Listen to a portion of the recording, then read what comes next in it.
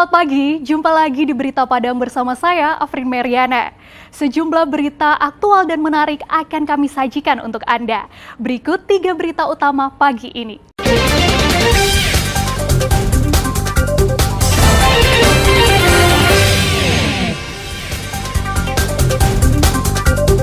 Sepasang kekasih mahasiswa kedokteran Universitas Andalas lakukan pelecehan seksual kepada temannya sesama mahasiswa.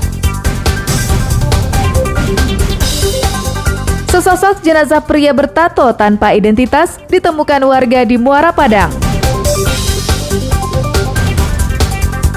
3 mahasiswa pemakai narkoba dibebaskan melalui program Restoratif Justice.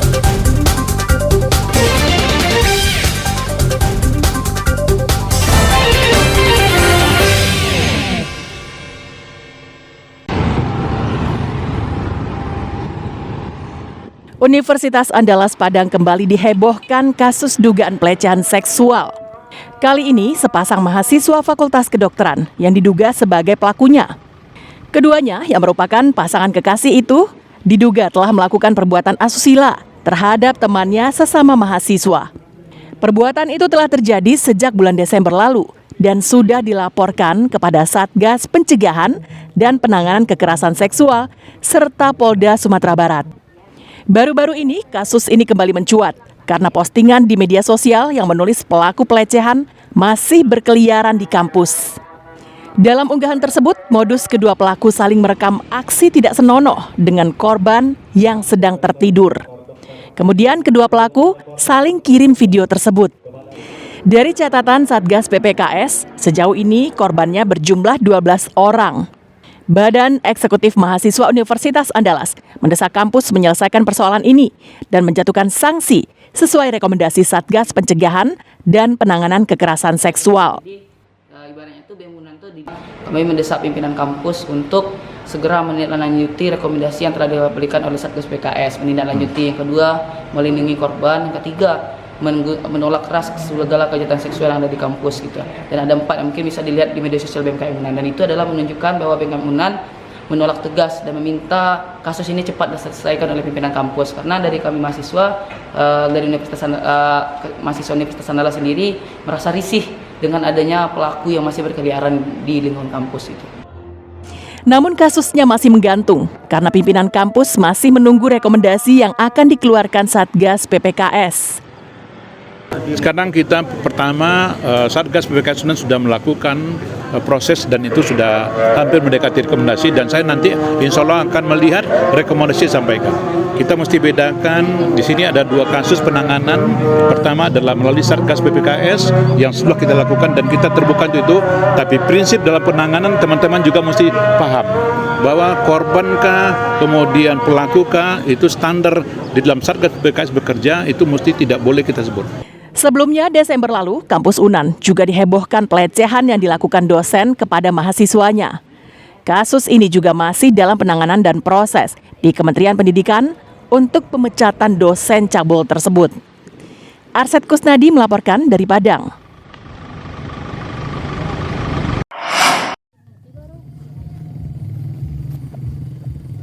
Setahun berlalu, gempa bumi yang melanda Pasaman Barat.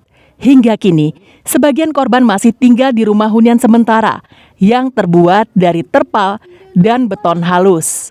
Salah satunya Lita, korban gempa dari Nagari Kajai. Ia pasrah tinggal di Huntara yang terbuat dari terpal beberapa bulan setelah gempa terjadi. Pasalnya, hingga kini mereka belum juga mendapatkan hunian tetap, sedangkan rumah mereka rata dengan tanah. Jika hujan, atap Huntara kerap bocor. Sedangkan pada musim panas, mereka kepanasan. Mereka sudah didata pemerintah dan masuk dalam kategori rumah rusak berat. Namun hingga kini, mereka masih menunggu realisasi bantuan tersebut. Kini, ia bersama 4 anggota keluarganya masih tinggal di Huntara yang dibangun PMI, sementara 2 kepala keluarga lagi yang terdiri dari adik dan ibunya tinggal di Huntara yang terbuat dari beton halus. Mereka masih menunggu antrean untuk mendapatkan bantuan hunian tetap. Rumah Huntara? Iya, Huntara. Kondisi rumahnya, Mbak? Isi rumah ke bocor. Labaran lama itu nih. Sejak tahun lah sejak mulai pegampo. Kadapnya dari rumahnya lewatnya itu lewatnya. Alau diusulkan tuh Pak. Usul Allah, tapi belum bisa dicari kebahannya dehnya. Menurut pejabat Wali Nagari Kajai, progres pembangunan huntap bagi rumah rusak berat masih berjalan sekitar 30%. Sementara, bantuan bagi korban gempa rusak sedang dan rusak ringan masih menunggu petunjuk teknis pembangunannya dari BNPB. Dari segi pembangunan terhadap korban pasca gempa ini itu progresnya sudah berjalan, cuman itu baru sekitar 30%. Itu yang untuk kategori yang mana Pak? Yang rusak berat. Kalau rusak sedang itu kalau menurut informasi dari kabupaten dari BPBD itu sedang menunggu teknis pelaksanaan. Masyarakat berharap pembangunan huntap cepat realisasi sehingga mereka dapat menempati rumah yang lebih layak huni. Safatul Ulum melaporkan dari Pasaman Barat.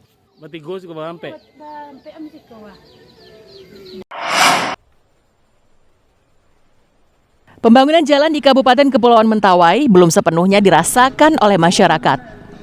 Bahkan, sekalipun itu berada di Pulau Sipora, ibu kota Kabupaten Kepulauan Mentawai. Contohnya, jalan yang ada di Dusun Mapadegat, Kecamatan Sipora Utara ini rusak parah. Jalan beton yang pernah dibuat sudah banyak yang berlubang.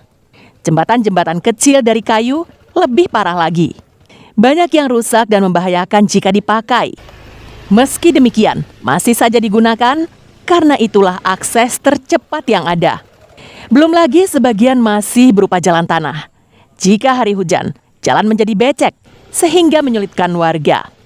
Warga pun sudah sering meminta kepada pemerintah setempat melalui musrenbang desa agar jalan dan jembatan tersebut segera diperbaiki, namun tidak digubris. Pada saat ini mungkin lamanya sudah 8 tahun Pak. Itu sebenarnya sudah layak dan sepantasnya untuk dibangun kembali karena jalan itu sangat rusak. Ya, bahkan kalau ada hujan itu banjir, nggak bisa dilewati oleh masyarakat. Baik pun untuk ke ladang, baik pun untuk ke rumah-rumah pribadi, apalagi di sekolah. Warga berharap usulan perbaikan jalan di kampung mereka dapat ditampung pada APBD tahun depan agar masalah klasik ini segera teratasi. Beni Eka Putra melaporkan dari Kepulauan Mentawai.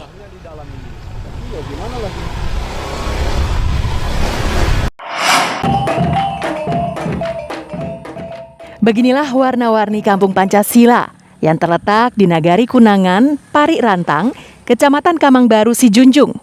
Kampung yang dihuni warga dari berbagai daerah dan etnis ini resmi dinamakan Kampung Pancasila. Tugu burung Garuda berwarna kuning emas menjadi monumennya. Berbagai budaya tanah air ada di sini. Selain budaya dan kesenian Minangkabau sebagai warga asli, juga ada budaya dan seni etnis Batak. Tari tortor dan ulos menjadi ciri khasnya. Ada juga warga dari suku Jawa. Tandu-tandu yang mengusung tokoh masyarakat ini gambaran budaya zaman kerajaan di Pulau Jawa tempo dulu.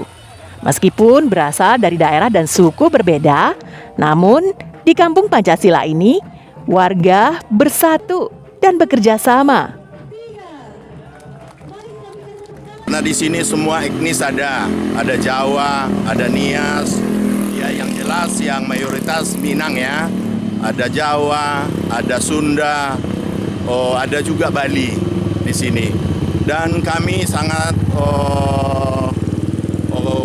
bekerja keras, bekerja sama untuk pembangunan Nagari Kunangan Pari Rantang untuk khususnya Kabupaten Sijunjung. Kalau kita sangat senang sekali sehingga dengan adanya Kampung Pancasila ini mengingatkan kita kembali bahwa Indonesia ini banyak suku-suku, budaya, dan agama, dan di tempat kita ini seperti itu, sehingga kita senang sekali menyambutnya. Ini penerapan nilai Pancasila lebih tertanam di jiwa-jiwa masyarakat. Apresiasi buat kami, selaku kami warga Sunda yang tinggal di Nagari Kunangan Pari Rantang, Sumatera Barat ini, kalau bisa event-event seperti ini bukan hanya menjadi kampung Pancasila saja, kalau bisa dijadikan pesta rakyat. Jadi bagaimana toleransi di baik suku-suku tempat kita, agama-agama tempat kita di Kumpar ini sangat berdampingan hidupnya. Tidak ada yang membedakan suku A, suku B, suku C, itu tidak ada. Kita semua di sini saudara, menjadi satu kesatuan yang di Nagari Kunpar ini itu, Pak.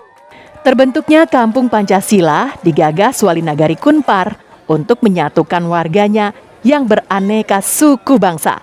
Tujuannya agar tercipta persatuan dan kebersamaan tanpa menonjolkan ego kedaerahan masing-masing. Saya ngomong sama masyarakat, kalian ingin membangun Kampung Pancasila, mau bekerja, mau tanpa duit, mau. Oke, kita mulai hari itu. Istilah kita di sini, di mana bumi dipijak, di situ langit dijunjung. Jadi perantau yang selama ini tidak ada aturan. Sekarang dia udah pakai grup, kita ngomong sama grupnya aja lagi. Jadi ini pantangannya, ini larangannya. Saya Sekelur Dandim 0310 sangat berbangga hati hari ini kita mengukuhkan dan meresmikan Kampung Pancasila di Nagari Kunpar, Kabupaten Sijunjung. Tujuan dari pelaksanaan Pancasila ini salah satunya tugas dari kita mendukung program pemerintah, yaitu dari BPIP, Badan Pelihara Ideologi Pancasila, di mana kita memelihara, mengamalkan dan mengajarkan dan membina masyarakat agar ideologi Pancasila ini terus berada di hati masyarakat. Kecamatan Kamangbaru, Sijunjung, dulunya merupakan daerah tujuan transmigrasi warga dari berbagai provinsi di tanah air pada masa pemerintahan Presiden Soeharto tahun 70-an.